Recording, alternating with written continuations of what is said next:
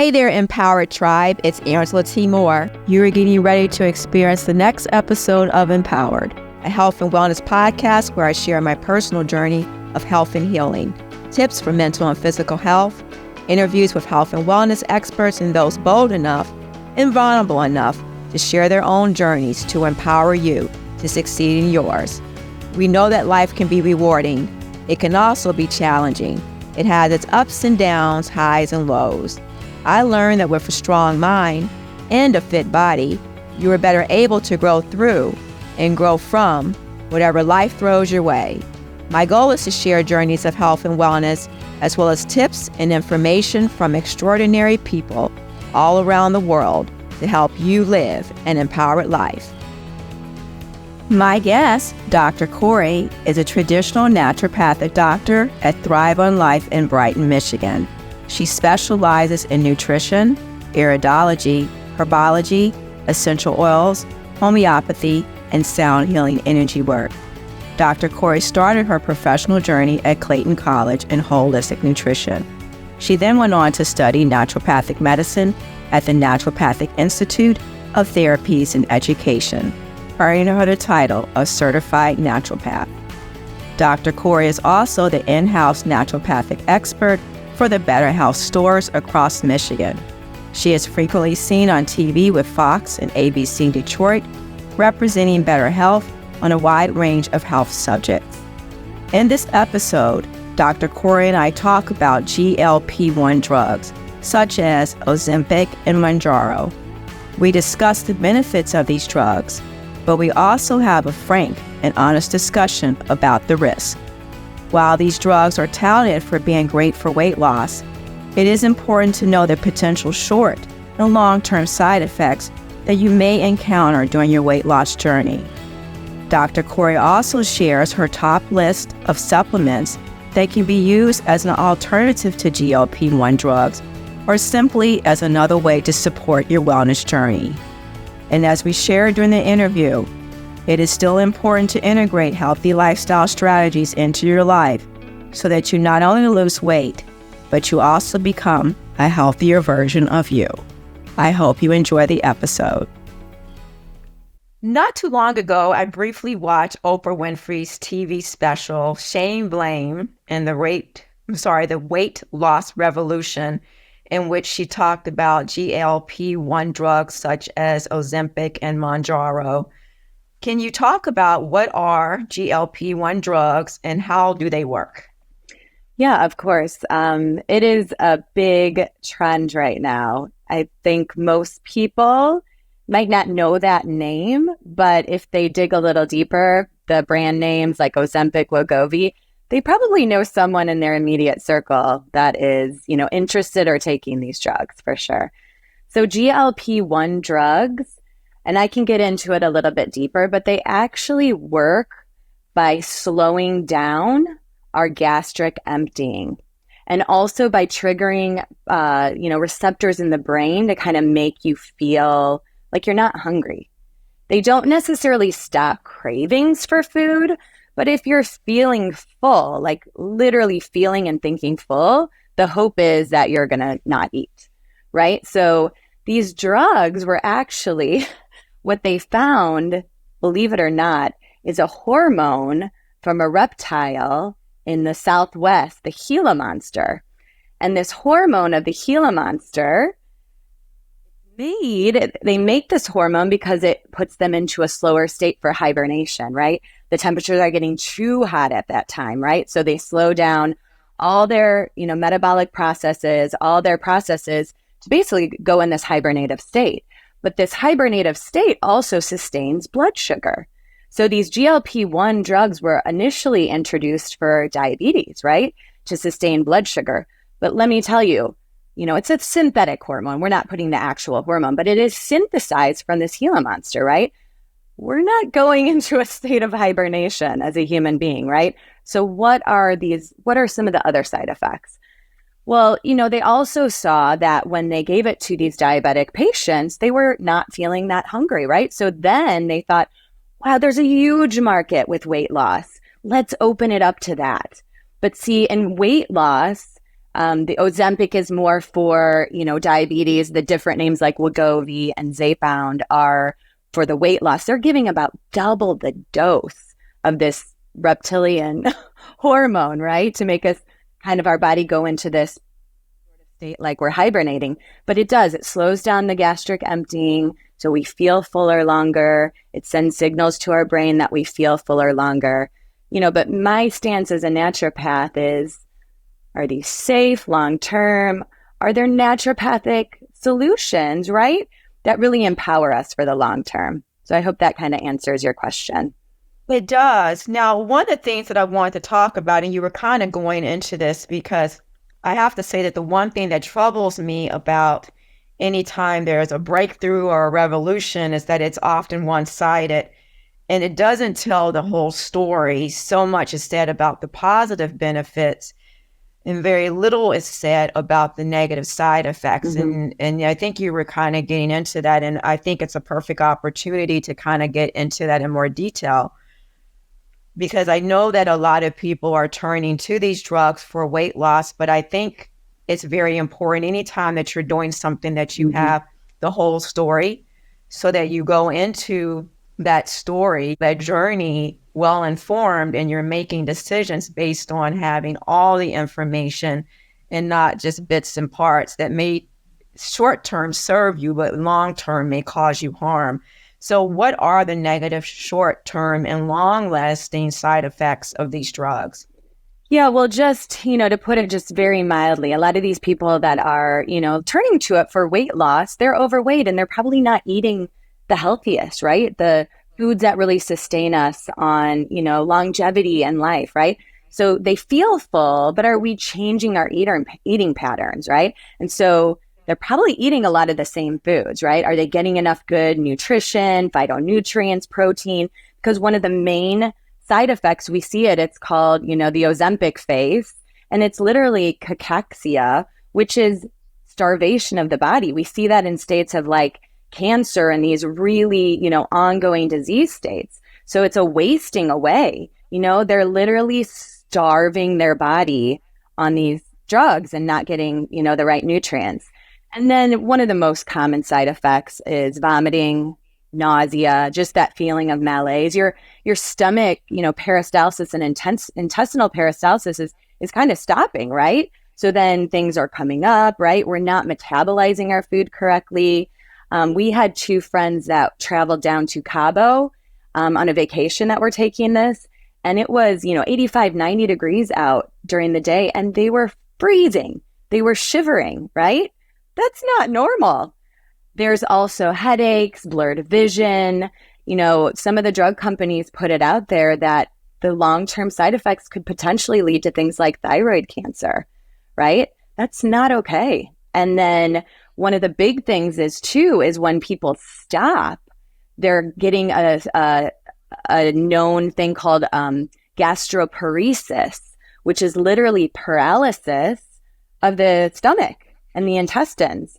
And that isn't always resolving in people right away, so the vomiting, etc., just keeps happening for upwards of a year until the body can reset. And I do believe the body can reset. There's so many things, right? God gave us this amazing body, and design. So renal issues, gallbladder issues. I mean, there's just a whole list of potential side effects. Mm-hmm.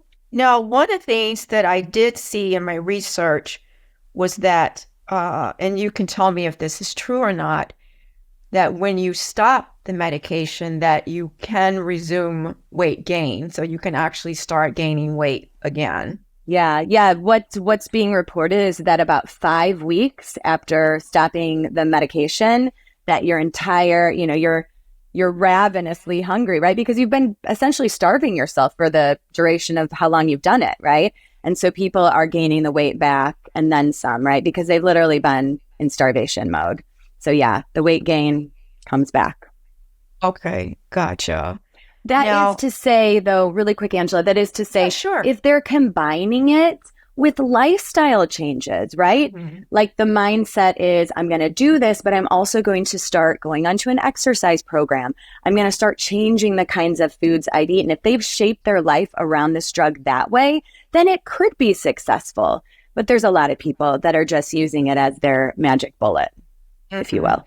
Yeah. Now, what's interesting, I referenced that Oprah Winfrey special, and what I was very happy about seeing was they did spend considerable time. I would have liked them to spend more time on the work that a particular woman had put in to achieve her weight loss, because it wasn't that she was starving herself. She really did radically change her lifestyle. She was eating better. She was exercising. And what I love is she really emphasized the mental work that she had to do. She talked about how she really did the work to make sure that she was mentally in a healthy place just as much as she was trying to get her body in a healthy place. And what I saw was that all the components that are necessary to achieve weight loss, with or without assistance from a medication, she did. And that's why I think she was able to get the results. And I do believe individuals like her will get long, sustained results because they're doing the necessary things that are necessary to be healthy long term. Absolutely. I totally agree with that. We each have our own issue, and I've been relatively thin my whole life. I love working out. I think you do too, Angela. Yes, I do. I'm addicted to it. Food for the soul. But the one thing, and my personal story, we have, everybody in their family line kind of has their issues, right? Whether it's cancer. In my family line, on my father's side, it was diabetes, right? And I remember from a young kid, I was so addicted to sweet and sugar, and getting older as an adult, it was like a thorn in my side. I'm a naturopath. I'm in the fitness industry. Why am I addicted to sugar? But if I took a closer look at my life, there was some things in my mental life and my personal that weren't quite answered. And when I really settled, and when I really started working on that and finding my sweetness in life again, I didn't need the sugar anymore. So it is hugely mental, emotional, this work, and they've done studies on people that deal with obesity or weight issues, and a lot of them have had traumas before, right? And when you can really start to uncover that and work on healing those traumas, then that addiction, right? Because you've healed, you've filled up in this area, you're not focused. You don't need that anymore to stuff the pain, if you will, Yeah, to eat away the pain. Yes, eat away the pain. Yep. Yeah. Now, you and I have had a number of conversations in the past about supplements and how supplements can be used as an alternative to a number of drugs. Can you talk about the supplements that could be used as an alternative to these drugs?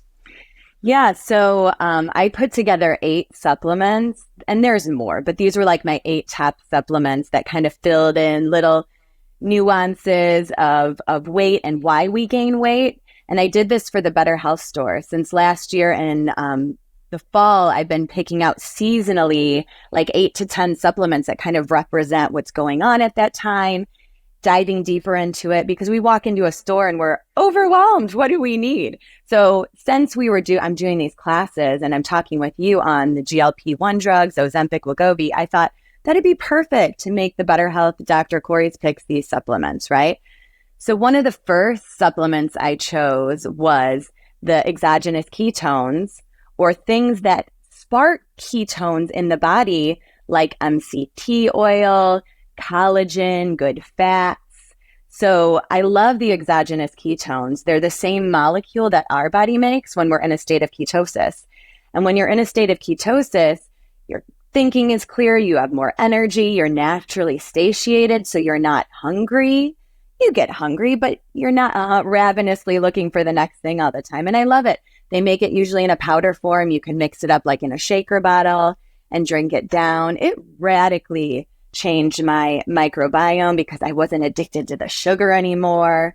So that is one of my first and foremost, right? The MCT oil is good too. We can put it in our teas or blend it into our coffee. And that also sparks endogenous, meaning inside the body, ketone production, which then puts us in that state of satiation, not feeling full, just like the GLP-1, feeling full, just like the GLP-1 drugs. So that's one of my top picks.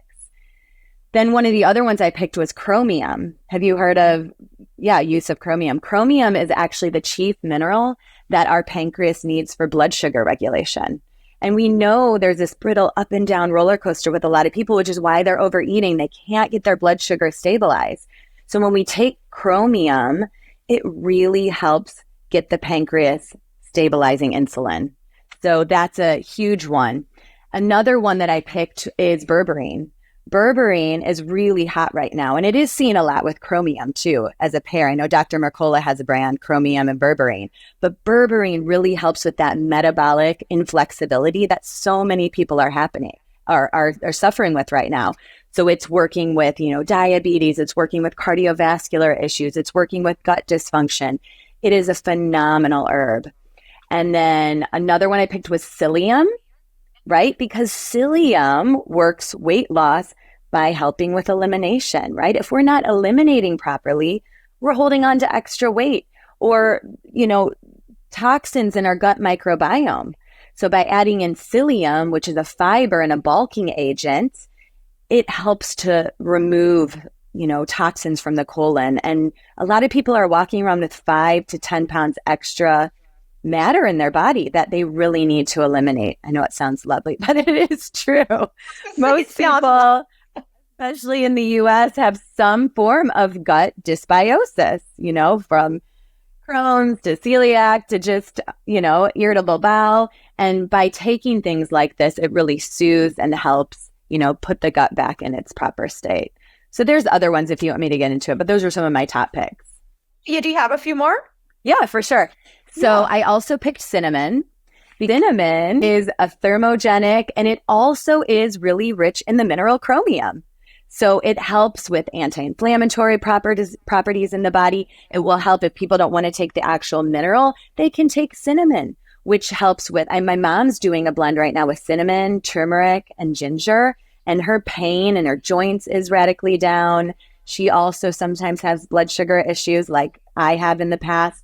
So that helps stabilize that. So cinnamon was one. And then also, got to look at my notes. What did I pick? Go for it. Yeah, please. We're talking and, my notes are over here. Okay. Got chromium, cinnamon, berberine, curcumin, because I talked about that balance, right? With the cinnamon, the curcumin, and the ginger. Curcumin is a powerful, powerful anti-inflammatory. And I think most people know that through the years. It's really been hot on the scene. And if they don't know curcumin, they know turmeric, because curcumin is a chemical constituent within turmeric. So that is weight loss by reducing the inflammation in the body. And there's so many people walking around, right, with inflammatory issues that drive up weight loss. They just cannot sustain that. So you can take a rather high dose of curcumin up to about 10,000 grams daily for short term and really reap the benefits of seeing the inflammation go down and the weight loss drop. But I would not recommend that long term. We're talking a few weeks at a time, right? And then a smaller dosage for longevity with taking that. Okay. And then the last one, this is a really cool one. This is actually a really cool one. Actually, there's two more. But have you heard of gymnema? Gymnema as the herb. So gymnema is a Ayurvedic herb, Ayurvedic medicine, right? Which a lot of people know of. There's the traditional Chinese Ayurvedic. Gymnema actually, when you take it, it causes the sweet foods that you eat to not taste sweet. So people are eating these foods like, what? This tastes like nothing, right? It also does work on cardiovascular and blood sugar issues too. There's benefits beyond that, but that is huge for people. Being able to take their candy bar and it tastes like nothing. Well, why am I eating this, right? So that's an amazing herb. So that's definitely one of mine. It stops the sugar taste. And then lastly, this is my eighth one, is DIM. DIM, capital DIM, is a compound that we metabolize when we eat cruciferous vegetables like broccoli, cauliflower, and it actually works on the bad estrogens in the body. It helps metabolize those bad estrogens and turn them into more balanced estrogens, or just getting rid of those bad xenoestrogens in general. So we're thinking women that gain weight, right? Lots of breast tissue, lots of hip. even men, right? Because we're taking in these plastics and stuff that we shouldn't be, packaging our food in, and they're creating these false estrogens in the body, or an abundance of soy, right? These estrogens that aren't really good for us. So taking DIM then balances the hormones, and then we can drop the weight. I love it. I love it. Yeah. So many options. There's for so people. many. I had to narrow it down. But I think it's better to have more options than not enough. Because a lot of these can be combined for people too. One of them might not be the end all be all to take the place of what a GLP-1 drug could do, right? With that reptile hormone, but maybe crossing over a couple where they know they have elevated estrogen levels, or, they know they're not eliminating properly. So combine a couple of them to really reap those benefits. And then the mindset, the exercise, changing your eating, all really enforces it long term. Most definitely. Now, you actually made me think of something that I have recognized over the years, is that there are certain foods and certain ways of eating that help you maintain a healthy weight. And I think that that's something that I have done very well throughout the years. And I think it's allowed me to actually maintain a healthy weight for decades. And it's been relatively easy for me. And I'm very thankful for that. I'm thankful that I have acquired the knowledge, but also I would say that I had wonderful key people that were willing to share that knowledge with me in a way that I was able to receive the information, process the information, and use it to my advantage.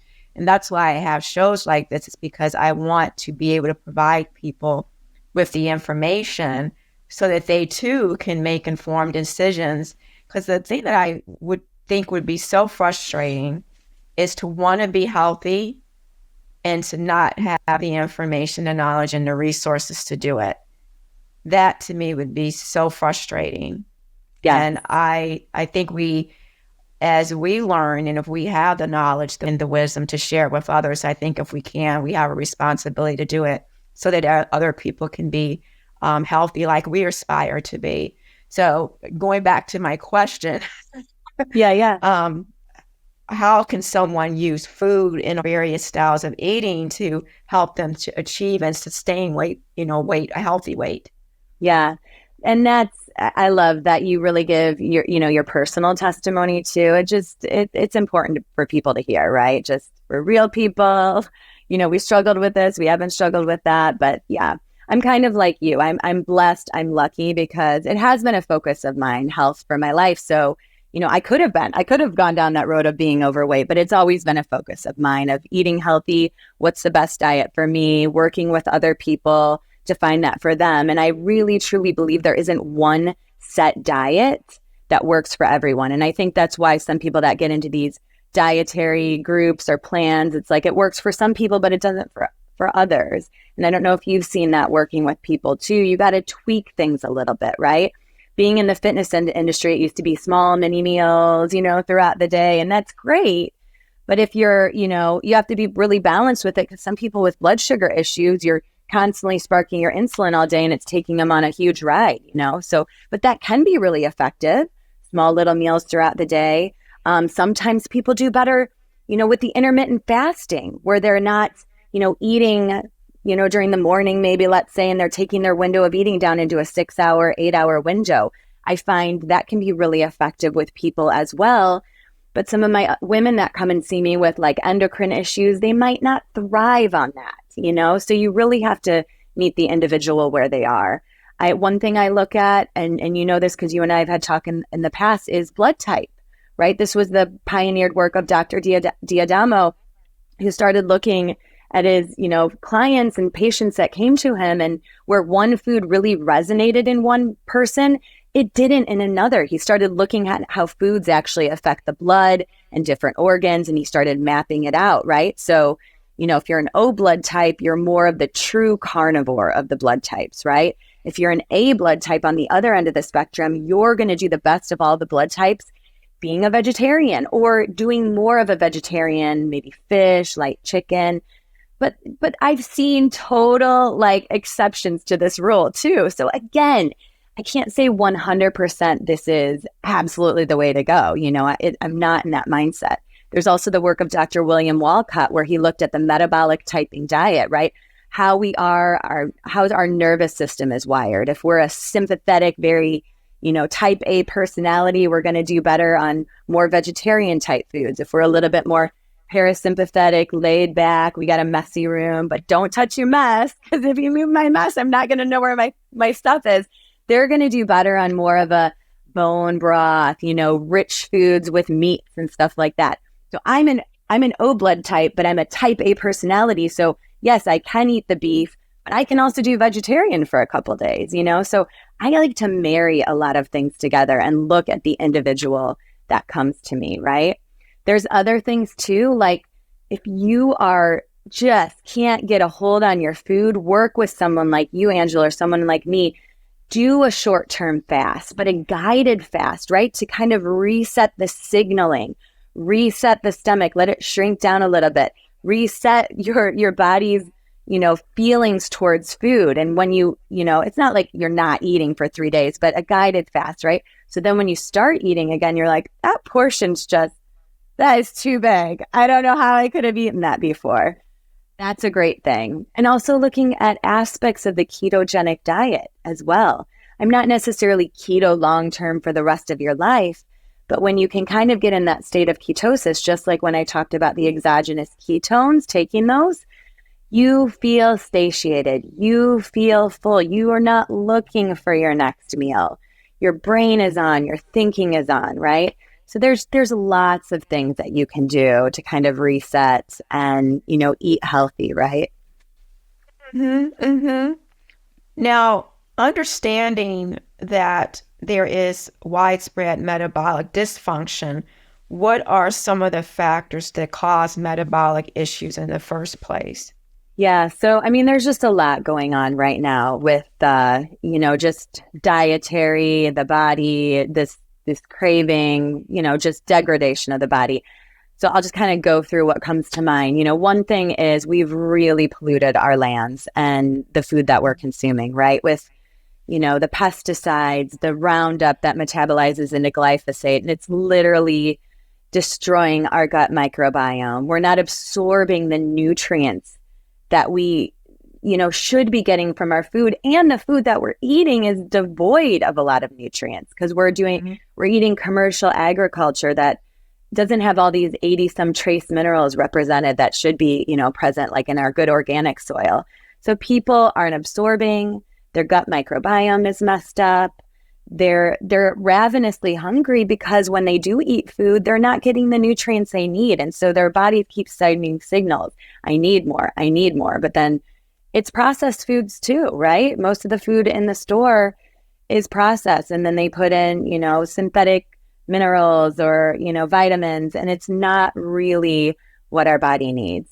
So that's huge. Then we have a whole host of, endocrine issues. Like most people have either hyper or hypothyroid. They're walking around, so that's causing metabolic issues. Going back to some of the, processed foods, we're also seeing a lot of the improper oils that are represented in our food, not the good saturated fats. We're seeing a lot of these seed oils that are omega-6, and they're very pro-inflammatory to the body. So we're in a constant state of inflammation, which then can lead to cardiovascular issues, diabetes, all these metabolic issues, which leads to metabolic inflexibility, which then, we're on this roller coaster of trying to find the foods that satisfy our body. There's a host of things. And I know it's like so depressing when I talk about it, but I believe there's answers for everything. No, definitely. I know there are answers to everything. Now, I do want to take a quick minute. You mentioned the seed oils because that was something that has come up in numerous conversations I've had with nutritionists or people that are nutrition minded. And there has been, I think, a lot of confusion about what oils are healthy versus what oils should you avoid. The seed oils is not something that has been part of the conversation. Can you expand on that a little bit, if you don't mind? Yeah, for sure. I mean, we definitely need, there's omega-3, omega-6, omega-9. We definitely need these oils represented, right, in our body. But we, are putting things like sunflower, safflower, even olive oil, these are the omega-6 oils.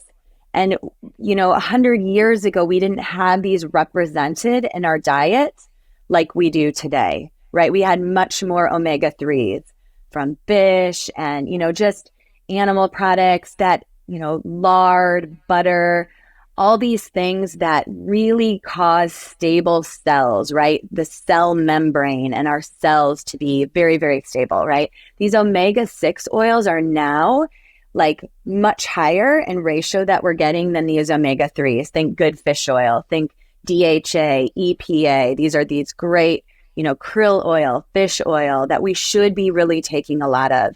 And then these seed oils that we're seeing in all the processed foods, right? They're just everywhere. The salad dressings too, right?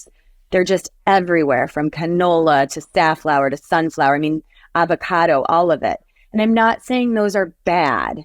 Some of them. I'm not a big canola oil fan or anything like that. I try to stay away from it, even if it's organic, right? But I'm not saying like the avocado and the olive oils they're bad. No, they're good, but we just need to get less of them and more of these omega-3s that brings down the inflammatory state in the body. So I just really urge people, don't buy processed, or if you do, eat very little of it. Get your good, olive oils, use it in moderation. It should be more cold. You shouldn't heat it up very much because then it causes, it to go rancid and it causes toxicity and in the body, right? We're not really supposed to cook with that. Coconut oil is a great one. Eat a lot of coconut oil, a lot of tallow and butter and lard. And if you're an A blood type, right, that I talked about being more of like on the vegetarian scale, eat ghee, which is clarified butter, right? They sell that at some of the stores, GHEE. That is a great alternative to butter because it might be hard for those people to process just, Kerrygold butter or butter from the farm, right? Does that kind of answer your questions? It does. Now, and I would say in the final couple minutes of our interview today, are there any final thoughts that you would like to share with those that are going to be listening to your interview? Yes. So, I mean, I don't want to say I'm completely anti GLP-1 drugs, right? For me, it's a no, right? But if you are going about it, like you talked about the Oprah story, right? That you wish they gave more screen time to that woman. If you are going about it that way with a plan, you have a team of people, you have your accountability partner, you're going to change your whole lifestyle, then it could absolutely work for you. But if something in you says, no, I don't want to take a synthesized reptilian hormone that's putting me in a potential state of, hibernation because we're not supposed to hibernate, then look at those 8 supplements, right? Go to the Better Health store. Look at those 8 supplements that I laid out. Work with someone like Angela. Work with someone like me, Dr. Corey, to support you on this. It is absolutely attainable. It absolutely is. And, sometimes it takes a team. So sometimes it does feel like you're alone. So reach out because we've been through maybe not the up and down weight, but other things in our life where we can sympathize and we're absolutely there to support you. And, just know you're not alone. There's so many people on this journey with you. Most definitely. Well, thank you for taking the journey with me. You and I have had some wonderful conversations, and we've been, I think, great support to each other. And I think great support to other people that God has connected us with. And I believe that, I think oftentimes we don't feel like it's one person that you can be impactful, but it starts with one person and then it starts with 2 and so on and so on. And I thank you for your purpose and your passion and all that you do to help people become healthier and stay healthy. So I really, really appreciate you. Yeah, and it's truly why I love that I'm partnered with Better Health Store, because I get to educate with them. I get to teach free classes to the public. And that's where the change starts, like you said, right? I'm one, but then I get to speak to a bunch and they tell people, and it truly fills my heart. Thank you so much. Thank you, Angela. It's a pleasure as always. Thanks for listening to Empowered with Angela T. Moore. Feel free to share this episode with someone you think would enjoy it. New episodes come out weekly. Follow our show on Apple, Spotify, YouTube, or wherever you're listening right now.